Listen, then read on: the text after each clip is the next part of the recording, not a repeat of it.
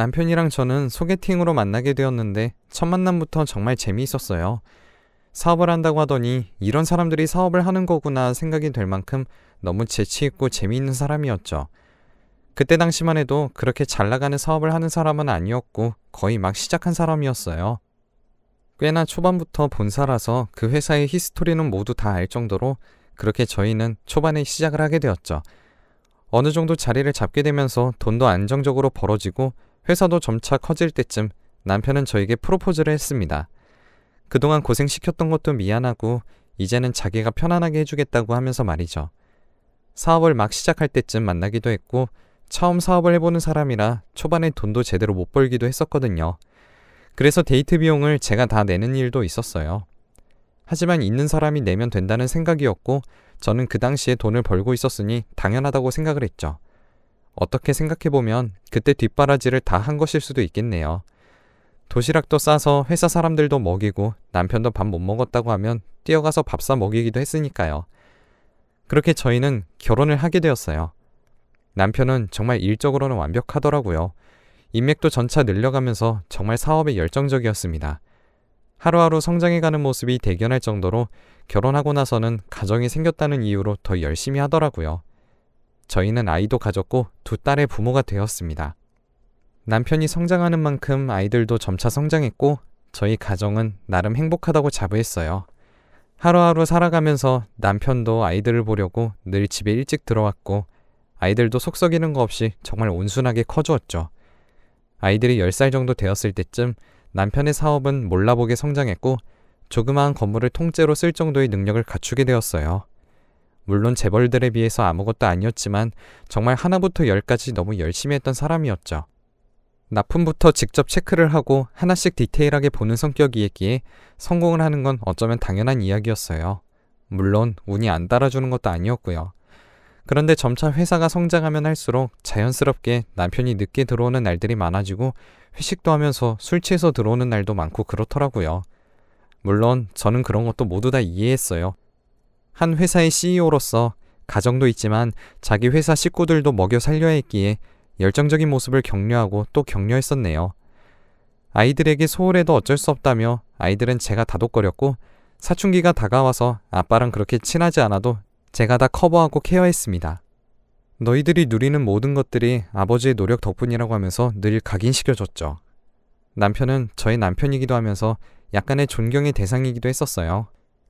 아이들도 처음엔 잘 놀러가지 못하는 것에 불만이 있었지만 이내 수긍하고 아빠가 돌아오면 인사도 잘하고 하더라고요. 아이들이 점차 커가면서 저도 여유가 생기기 시작했습니다. 어느 날은 옛 생각이 나면서 저도 도시락 싸서 남편에게 가볼까 하는 생각도 들더라고요. 이것저것 그날 장을 봐서 남편이 좋아하는 것들로 가득 싸서 도시락을 준비했어요. 늦게 들어오는 날들이 많아지면서 체력도 많이 가꿔야겠다 생각이 들어 특별히 보양식으로 많이 준비했죠. 그리고 회사 사람들 것도 빠지지 않고 챙겼습니다. 회사를 이사하고 가보긴 했었지만 도시락 들고 가는 건 처음이라 약간 긴장하기도 했었어요. 주차장에 차를 세우고 남편 차를 확인한 뒤 주섬주섬 챙겨 들고 엘리베이터를 탔어요. 엘리베이터를 타는 것만으로도 옛날 생각이 나서 설레더라고요. 그렇게 도착하고 비서님께 얘기하는데 비서님은 저를 보고 상당히 많이 놀래더라고요. 비서님의 도시락도 챙겨주면서 사장님 안에 계시죠? 했더니 안 계신다는 거예요. 주차장에 차 있는 거 보고 왔는데 하니까 잠시 피곤하셔서 근처 모텔에서 눈 좀 붙이고 오겠다고 했답니다. 안 그래도 며칠 못 들어와서 너무 걱정이 되던 참이었는데 잠이라도 자고 있다고 하니 괜히 깨우기 싫은 마음이었어요. 그래서 그냥 도시락만 건네주고 그날은 집에 돌아왔었네요. 밥 먹는 모습을 못 본 건 조금 아쉬웠지만 그래도 잠이 중요하니 그날은 그렇게 지나갔었어요. 다음날 일찍 들어온 남편을 보고 도시락 먹었냐고 물어보니 맛있었다고 자기 못 보고 가서 어떻게 하냐며 그렇게 또 이야기를 예쁘게 해주더라고요. 다음에는 꼭 연락하고 오라는 말에 알겠다고 했었습니다. 그날 남편이 좋아하는 장어를 듬뿍 만들어 주었고 맛있게 먹고 푹 잠드는 모습까지 지켜봤어요. 얼마나 피곤한지 그날 푹 자더라고요. 며칠 만에 보기도 했는데 그때 너무 피곤해 보여서 안쓰러웠습니다. 그날 이후 또 남편이 꽤 바빴어요. 결혼기념일이 한 달 남았을 때 남편에게 스쳐가듯 얘기했습니다. 그날 까먹지 말고 저녁에 밥 함께 하자고 말이죠. 그래도 제 얼굴 보면서 응 하고 대답을 하길래 기억하는 줄 알았어요. 그날 저는 남편이 어느 정도 마칠 시간에 남편의 회사로 찾아갔고 연락을 하게 되었죠. 전화가 되지 않아서 올라갔는데 비서님께서 남편이 또 자러 갔다고 이야기를 하시더라고요. 그러면서 자기가 연락하겠다고 하는 걸 말리며 제가 해보겠다고 했습니다. 그런데 전화를 몇 통을 해도 받지를 않더라고요. 비서분께서도 많이 당황하셨고 전 약간 화가 났어요. 그리고 결혼기념일인데 까먹고 이렇게 전화도 안 받으니 살짝 열이 받더라고요. 그런데 얼마 지나지 않아서 불이 나게 뛰어오는 모습을 봤습니다. 전화도 안 받더니 여긴 어떻게 왔어? 하고 물어보니 비서님께서 문자했던 걸 보고 전화 걸 틈도 없이 달려왔다고 합니다. 기다린 지는 한 10분 정도 된 것 같은데 정말 근처에 있었던 모양이더라고요. 미안하다고 하면서 웃으면서 어서 나가자고 하더라고요. 방금 나온 것 같은 엉망이 된 옷을 조금 만져주고 그렇게 저희는 회사를 나왔어요. 그날 저녁 맛있게 먹으며 축하하고 약간 섭섭했다고 하는 투정도 부렸었네요. 간만에 분위기 좀 내자며 저희는 호텔로 향했고 남편이 먼저 씻었습니다. 그런데 남편의 핸드폰으로 자꾸 연락이 오더라고요. 자꾸 울리는 진동에 가서 보니까 905라고 하는 이름이 자꾸 연락이 왔었습니다. 그리고 얼마 지나지 않아서 508도 연락이 오더라고요. 거래처인가 싶어서 제가 받는 건 아닌 것 같아 그냥 뒀어요. 메시지도 보이지 않아서 급한지 아닌지 알 수도 없었고 그저 남편이 씻고 있는 욕실에 대고 여보 905랑 508 계속 연락 와 이 말만 했었습니다. 그랬더니 남편이 급하게 수건만 두르고 부랴부랴 나오더라고요. 물도 제대로 안 털었던 손으로 핸드폰을 보면서 거래처라서 확인해야 한다며 이야기를 했었습니다. 무슨 번호를 그렇게 저장하냐고 했더니 자신의 파일 목록에 저장해둔 걸로 그대로 저장해놨다고 합니다. 남편이 꽤나 단순한 편이었거든요. 그렇게 확인하고 답장도 보낸 뒤 남편은 핸드폰을 아예 꺼버리더라고요. 아까 얘기한 거 계속 되풀이하는 중이라며 오케이 했는데도 계속 한잔하자고 연락이 온다며 오늘은 저와 함께 시간을 보내고 싶다고 하고는 전화를 꺼버렸습니다. 저도 물론 방해받고 싶지 않았기에 마저 씻고 나오라고 했었고요. 그날 저희는 나름 즐거운 밤을 보낸 뒤 그렇게 또 일상으로 돌아왔습니다. 부부의 특별한 날이니 그날만큼은 방해받지 않고 그렇게 보냈었네요. 다음 날부터 또 바쁘긴 했지만 그래도 그날 잘 보냈다는 게 마음이 참 좋았네요. 그리고 어느 날 남편이 출근을 하며 핸드폰을 두고 간 날이 있었어요. 진동이 울리는 소리에 제 핸드폰을 찾았는데 제 핸드폰이 아니더라고요. 진동이 울리는 걸 찾으니 이번에도 거래처 301이 연락이 오고 있었습니다. 급한 전화일 수도 있겠다 싶어서 받을까 말까 상당히 고민하다가 결국 받았어요. 폰 주인은 남자인데 여자가 받으니 살짝 당황스러웠는지 힉 하는 숨소리가 들리더라고요. 여성분 같았는데 제가 받으니 당황했던지 전화를 바로 끊어버리더라고요. 그리고 바로 그 순간 현관문이 열리는 소리와 함께 남편이 들어왔고 남편은 핸드폰을 받아서 다녀올게 소리만 남기고 빠르게 나갔습니다. 301이 연락 왔었다는 소리도 못한 채로요. 사실 여자라면 이 상황에서 어느 정도 눈치를 채실 분들도 있겠지만 저는 이때 정말 바보같이 예상하지 못했어요. 저에게 닥칠 불행들을요. 이때까지만 해도 내가 눈치를 챘다면 그렇게 충격을 받지 않았을 게 아닌가 싶은데 저는 어떻게 생각해보면 남편을 너무 믿었던 것 같더라고요. 그날이 아직도 기억이 나네요. 제가 볼 일이 생겨서 나갔다가 아는 언니가 갑자기 급한 일이 생겼다고 해서 점심 약속이 펑크 났던 날이었어요. 아침에 오늘 일정이 그렇게 빠듯하지 않다는 이야기를 들은 것 같아서 남편과 점심이나 먹자고 싶은 마음으로 남편의 회사로 향하게 되었죠. 주차장에 차를 세우고 나가려는데 제 앞에서 전화를 잡고 웃으면서 나가고 있는 남편이 보이더라고요. 거리가 조금 있어서 소리치기도 그랬고 일단 전화를 걸어봤습니다. 통화 중에도 메시지는 뜨니까 보겠지 싶었거든요. 그런데 전화를 받으면서 제 메시지가 울리자마자 한번 힐끗 보고는 무시하고 그대로 전화를 받으며 나가버리더라고요. 섭섭한 마음에 얼른 차에서 나와서 잡으려고 하는데 걸음이 얼마나 빨랐던지 남편은 이미 저 앞에 가고 있더라고요. 남편이 향한 곳은 바로 앞 건물의 오피스텔이었어요. 정말 몇 걸음 되지도 않는 곳이었는데 그곳으로 들어갔습니다. 쉰다고 하면 모텔 같은 곳을 간다고 했었는데 웬 오피스텔인가 싶더라고요. 잠시 쉬기 위해서 오피스텔을 아예 구했나 싶은 생각이 들었습니다. 그렇게 저는 남편의 뒤를 따라갔죠. 이미 남편은 엘리베이터를 타고 위로 올라가 버린 뒤더라고요. 엘리베이터는 9층에 섰는데 그때 무슨 생각이었던지 숫자가 떠올랐어요. 바로 905. 호텔에 갔을 때 처음으로 남편의 핸드폰에서 울렸던 숫자였어요. 정말 혹시나 하는 마음이었습니다. 그렇게 저는 9층으로 향했고 홀린 듯이 905호의 앞에 섰습니다. 손이 부들부들 떨리더라고요. 제발 아니라는 마음 하나로 배를 누를까 말까 엄청 고민을 했어요. 거의 앞에서 10분 정도 손을 벌벌 떨며 그렇게 있었던 것 같습니다. 손을 떨다가 초인종 앞에 있는 벨이 무작정 눌러지더라고요. 그런데 그 소리와 함께 안쪽에서 우당탕탕하는 소리가 들렸습니다. 바로 그때 순간 저도 약간 눈이 돌았던 것 같아요. 아무 생각도 하지 못했고 단순한 남편이 떠올라 저는 비밀번호를 눌렀습니다. 저희 집 비밀번호요. 그것도 그 비밀번호는 저와 제 남편의 생일을 조합해서 만든 번호였어요. 야속하게도 문이 열리더라고요. 열리면서 누군가 문고리를 잡는 힘까지 느껴졌습니다. 그때 무슨 힘이었던지 저는 두 손으로 온 힘을 다해 문고리를 바로 잡아당겼어요. 잡아당기는 동시에 낚시하듯 남편이 딸려오더라고요. 그렇게 눈을 마주쳤는데 그 표정은 정말 잊을 수 없습니다. 저도 모르게 핸드폰을 잡고 카메라를 켰고 그렇게 남편을 찍었습니다. 남편도 처음에는 멍하게 있다가 제 핸드폰을 뺏으려고 이리저리 손짓을 하더라고요. 무슨 힘이었던지 그런 남편을 뿌리치고 저는 바로 안으로 들어갔습니다. 글을 적으며 그 당시를 회상하니 정말 지금도 괴롭긴 하네요. 그 안에 있었던 사람은 20대 초반 여자였어요. 저는 눈물이 나는 것도 모르고 그 떨리는 손으로 그렇게 카메라부터 들었어요. 내가 손해보는 건 없어야 하니까요.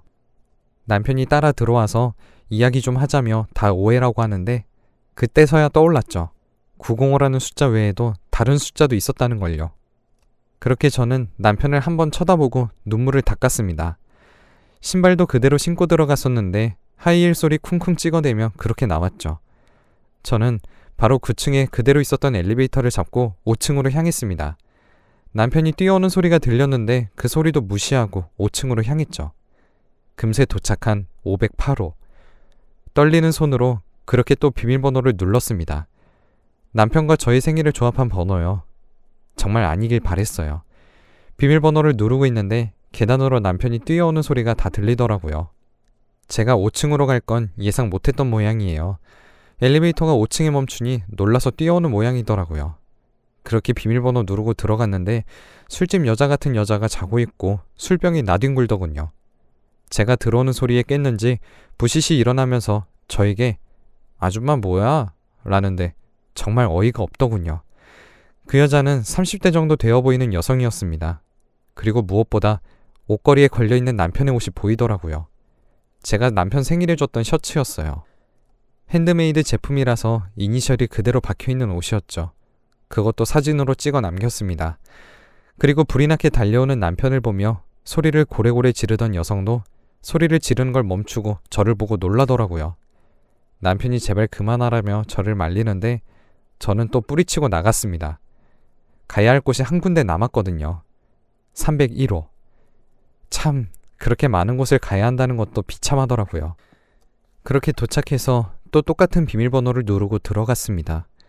다행히도 외출을 한 듯 보이지 않았지만 화장대에 있는 사진이 눈에 띄었네요.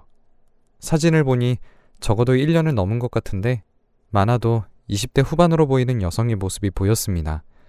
남편은 또 뛰어왔더라고요. 508호 그 여성분에게 상황 설명하고 온 것이겠죠. 그때는 눈물도 흐르지 않더라고요. 아무도 없는 방에서 그렇게 남편은 무릎을 꿇었고 미안하다고 빌었습니다. 핸드폰을 달라고 해서 뒤졌고 이게 다행인지 모르겠지만 저장이 되어 있는 건 이 세 개가 다더라고요. 남편은 회사 앞에 오피스텔에 자신의 여자들의 월세방을 구해준 거죠. 그리고 그 여자들은 서로를 모르는 것 같더라고요. 싸우는 소리가 나서 올라가 봤더니 9층과 5층이 싸우고 있었습니다. 너는 언제부터였냐며 소리를 지르는데 밑에까지 다 들렸어요. 제가 등장하니까 다들 아무 말도 못하더라고요. 제가 제일 비참했습니다. 남편은 따라오면서 빌고 있고 절 보고 아무 말도 못하는 그 여자들. 왜 이런 남자를 만났냐고 가정이 있는 사람인 건 몰랐냐고 하니 아무 말도 없더라고요. 정말 이런 일이 일어날 거라고는 상상도 못해서 그런지 이제 남편의 실체를 모두 보고 나니까 눈물도 마르더라고요. 남편은 그때까지도 싹싹 빌고 있었고 자기는 이혼할 생각도 없고 저랑 같이 살고 싶다고 합니다. 그 말을 또 그 불륜녀들 앞에서 합니다. 환장하겠더라고요. 돈도 벌고 하니 자기가 미쳤다고 하면서 싹싹 빕니다. 그러면 나도 이렇게 해도 되냐니까 그건 또 안 된답니다. 같이 살아줄 테니까 당신 돈으로 나도 다른 남자 만나도 되냐니까 아이의 엄마가 그러는 거 아니랍니다. 그 말에 제가 아이의 아빠는 그래도 되냐고 하니 아무 말도 못하네요. 그 여자들도 그렇지만 이렇게 오피스텔에 3명을 만나면서 한 건물에 넣어놓는다는 기가 막힌 생각을 대체 어떻게 한 걸까요? 참 기가 찼습니다. 어떻게 해야 할지 대책도 안 서더라고요. 내 집 살림이잖아요. 나중에 알게 되었지만 비서도 한편이었다고 하더라고요. 꽤나 오래 했던 비서분이셨는데 그분이 그래서 제가 올 때마다 당황했던 거였어요. 비서에게 얘기를 해뒀나 보더군요. 그래서 그날도 비서가 문자로 제가 와 있다고 하니 불이 나게 달려온 것 같더라고요. 이번에는 제가 주차장에서 바로 남편을 따라갔으니 못 봐서 도와주지도 못했던 거고요. 일단 증거는 확보해놨으니 집에 들어오지 말라고 하고 저는 돌아왔습니다. 얼마 가지 않아서 집으로 기어 들어오는데 발로 차서 내쫓았죠. 한 번만 더 오면 경찰에 신고한다고 바락바락 소리 지르니까 오지는 않고 집 앞에서 기다리더라고요. 솔직히 애들 봐서 참고 살까 하는 것도 있었습니다. 하지만 그게 아니더라고요. 제가 참고 산다고 해서 있었던 일이 없어지는 것도 아니고 이렇게 자기들 때문에 살았다고 하면 좋아할 아이들도 아니었어요.